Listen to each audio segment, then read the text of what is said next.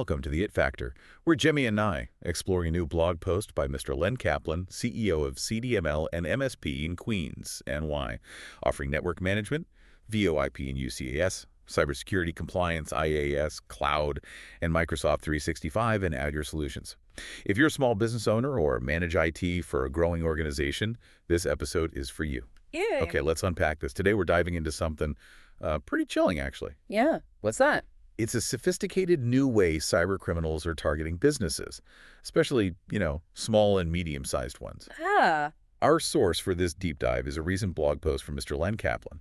He's highlighting a tactic where fake resumes are being used as a major vector for ransomware attacks. Oh, wow. Yeah, that's clever in a nasty way. What's fascinating here, and kind of scary, is how attackers are using platforms you'd normally trust. Like job sites. Exactly. Like LinkedIn or Indeed. They're exploiting the whole hiring process itself. Which every business has to do. Right. And for an SMB, a small or medium business, which maybe doesn't have huge IT resources or dedicated security folks, this is particularly dangerous. Len's post actually connects this tactic to known groups like Fin6, also called Skeleton Spider.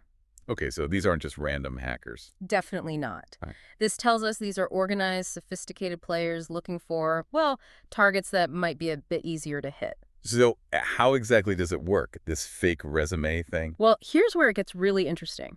They create these very convincing but totally fake resumes. Okay. Sometimes they even mimic, like, international document styles.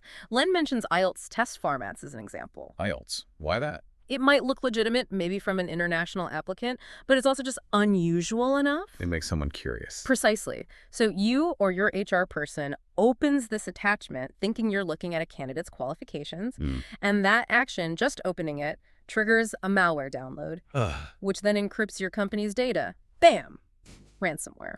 And it works because HR teams are busy, right? They expect resumes. Exactly. They're under pressure, dealing with lots of applications, actively looking for good candidates. Their guard might be lower. So curiosity may be rushing. Yep. Curiosity about that weird format, plus the inherent trust in the hiring process. That's the weak spot the attackers are banking on. They want you to click. Okay, this is definitely something businesses need to know. So how do you defend against something that looks like normal business? Yeah, that's the critical question. Mr. Len Kaplan outlines several key strategies, particularly for SMBs. First up, tighten your inbound document handling. Meaning? Meaning, ideally, only accept resumes through specific vetted platforms, or maybe a secure internal HR system you control. Not just random email attachments. Right. Any attachments that come in unexpectedly, say direct email, they absolutely must be scanned first. And Len stresses this.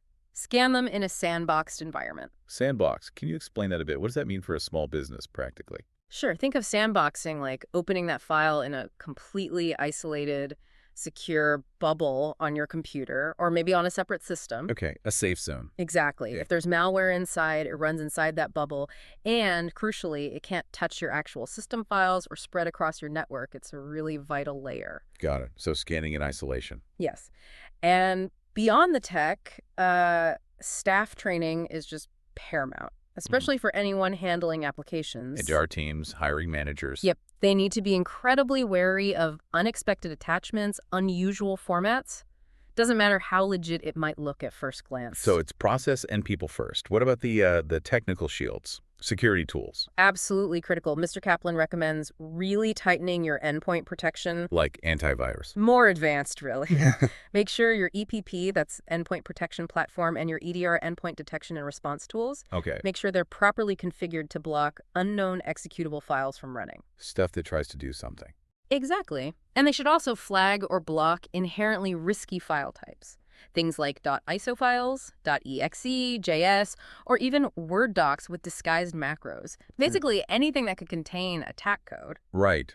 Stop the payload before it even executes. Yeah. It really sounds like a layered approach is the only way. It absolutely is. No single thing is foolproof. And going a step further, Len suggests considering application gateways. What are those? They're basically secure filters for your web and email traffic. They automatically inspect attachments and links before they even land in an employee's inbox. Filtering at the gate.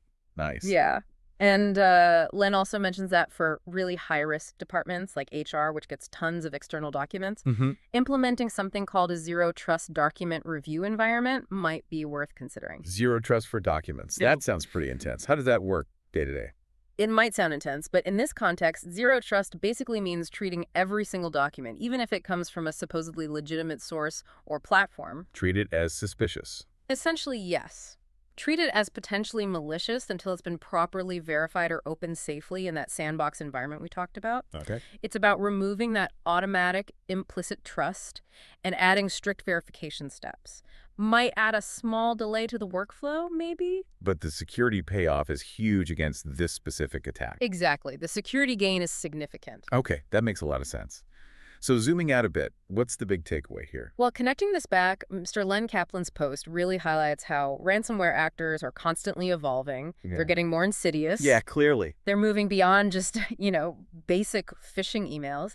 Now they're targeting essential human-driven business processes, like hiring. Using our own routines against us. Precisely. Your natural curiosity or just your daily work routine shouldn't become the weakest link in your company's defenses.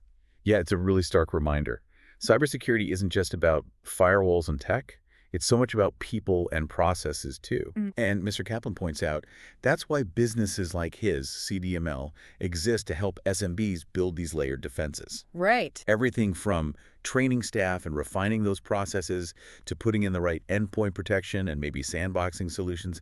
It's all about catching these threats before they lock up your data. Or before the ransom demand comes. Exactly. So if resume-based ransomware or phishing is a concern for you, and frankly it should be, it's really worth understanding these tactics Mr. Kaplan lays out and, more importantly, taking action based on his advice. Be aware. Get the defenses in place. Protect your business. It's an ongoing battle. Till next time.